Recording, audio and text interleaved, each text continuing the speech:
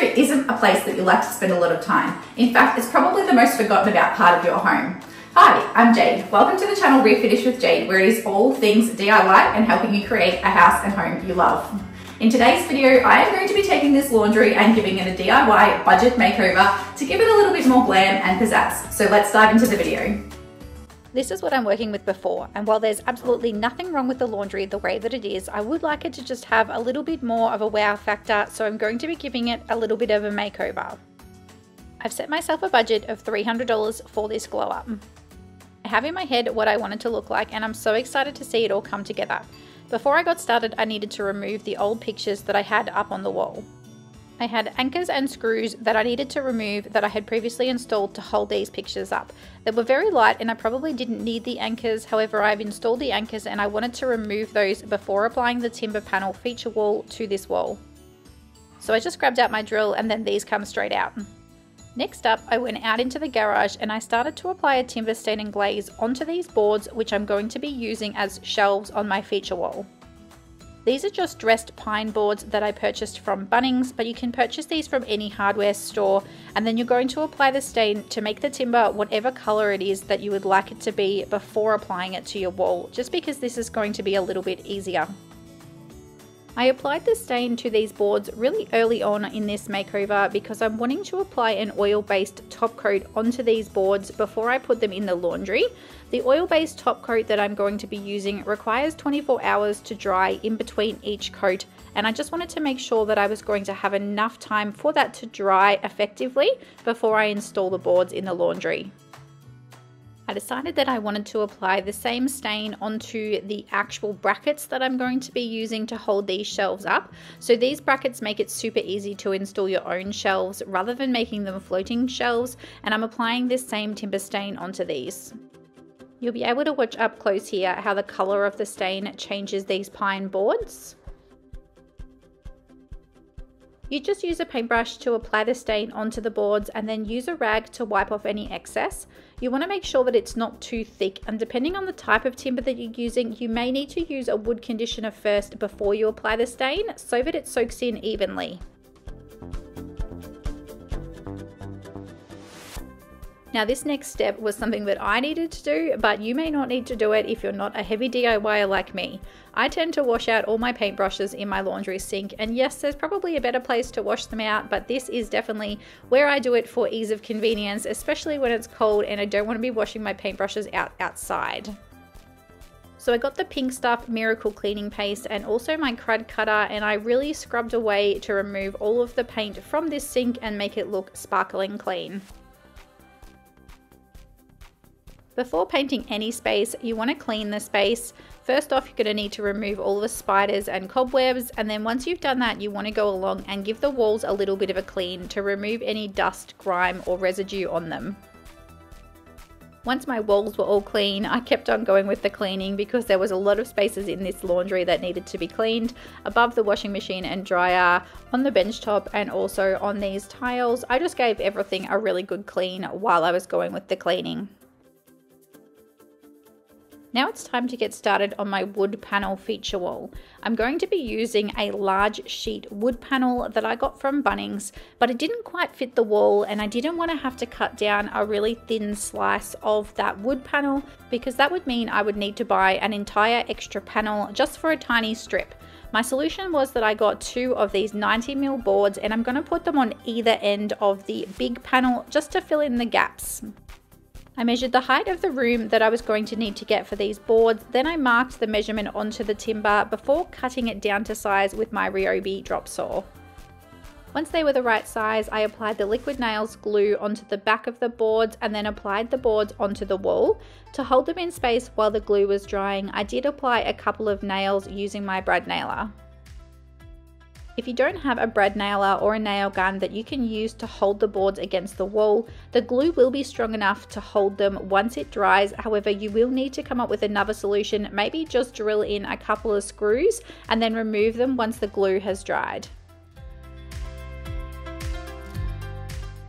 This is the large plyboard panel that I'm going to be using to create the shiplap timber look on this wall.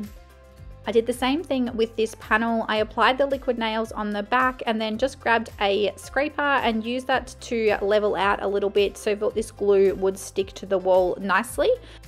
Once the panel is up on the wall, you can then go back along and fill in all of the gaps with no more gaps. This is going to give you a much more seamless transition between the different pieces of timber and give you an overall more professional look. Once the no more gaps was dry, I grabbed out my orbital sander and gave it a sand down just to make it all really smooth. I personally am such a lover of dark paint. Not only am I going to be painting my shiplap feature wall as a dark paint, I'm going to be using the same color here on my back door. This is a ColourBond color called Monument, and I'm applying an oil-based paint here onto this door because this door does actually get quite a lot of wear and tear, especially because it's the door for my dogs to go inside and outside. Once I'd completed that first coat of paint on the back door, I then grabbed out my orbital sander and just gave a quick sand over all of this plyboard. Sometimes you can have little rough patches when you buy a sheet of plyboard, so it's good just to run the sander over all of that. I then went back through and filled any extra gaps that I missed the first time around and then started to paint the black Monument paint onto this wall as well. Dark colors don't suit every space, and sometimes dark colors can really make the space feel a lot smaller, but when used the right way and adding in a lot of extra warmth through the styling of the space, a dark wall can look spectacular. Initially, I grabbed out the dark green paint that I had originally used in the laundry. Now this dark green paint, I started to paint onto the walls, and as soon as I painted it on, I started to feel like maybe it wasn't the right color, but paint does look quite different as it dries, and I wanted to give myself the benefit of the doubt, so I did paint this paint on the entire room before deciding that no, this is definitely not the right color for the space and I want to change it. I still included painting this color on in the video because I wanted to show you that it doesn't have to be perfect the first time, and if your style choices are not what you want them to be, you can easily change them. So once the first coat of everything was all dry, I then went back in the next day and applied a second coat of paint onto this feature wall. This is that Monument ColourBond color, and I think it really looks spectacular with the timber grain lines here showing through the shiplap pattern really well. Because I'm absolutely obsessed with green in my home at the moment, I decided that I wanted to do a lighter green color and that I was still going to keep the similar sort of idea that I had in my mind, just lighten this green up a lot. So I painted on 2 coats of this paint, which is called Slender Pine by British Paints. Now that all the painting's finished, it's time to start putting the laundry together. These are those brackets that I painted and stained earlier, so they're now ready to apply. I decided what height I wanted to have the shelves, and then I screwed the brackets on with my drill. You'll be able to see here I held the bracket up to make sure that it was the right height before I continued to install the brackets, and just to make sure that the brackets were all going to be at the exact same height so that my shelf was level. To make sure this shelf was going to be stuck on there super strong, I also applied the liquid nails onto the back of the brackets, even though I'm going to be screwing them onto the wall. Once the 3 brackets for this particular shelf had been installed onto the wall, I was able to put the shelf up there, and then I was able to use these brackets to screw the shelf on. So there's going to be 2 screws that go up into the shelf and 2 screws that go into the wall. I then repeated the process for the second shelf. I measured out the distance between the brackets, marked where the brackets were going to go, then applied the liquid nails onto the back of the brackets and screwed them onto the walls. You'll be able to see now what I was talking about in terms of the timber on the dark feature walls.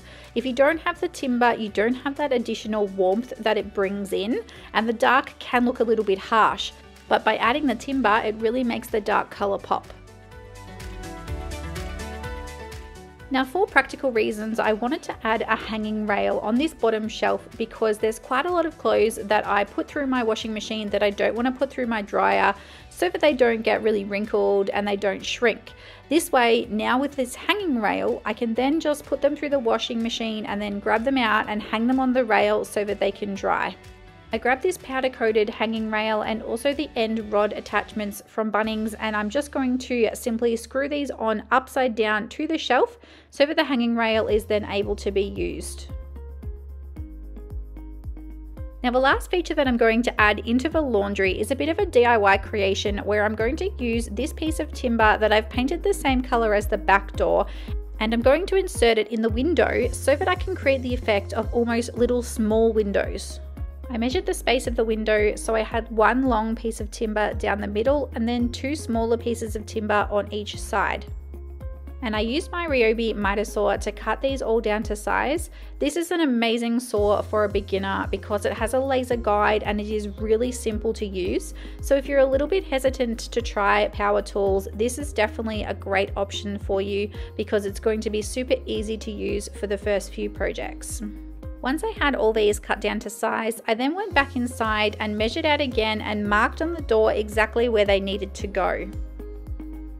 I mixed up the two components of my epoxy glue and then I applied that onto each piece of timber and then glued that onto the window frame. Now it was time for the styling elements, putting the last finishing touches on the laundry, and then it's time to reveal the end result. I cannot believe how much I love this space now and how much of a difference this $300 glow up has made to the space. The dark feature wall paired with the dark back door and the extra detail on the window that I've added just look spectacular. All the styling elements really bring it all together, and it's now a space that makes me feel calm and much more at ease to want to spend more time here doing my laundry. If you want to know more about any of the products or tools that I've used for this makeover, they're all linked down in the description. I hope you've loved this video and this makeover and that I've given you some inspiration that you could use to give your own laundry a glow up. I also love to give furniture a makeover, and you can check out some of my work in one of these two videos.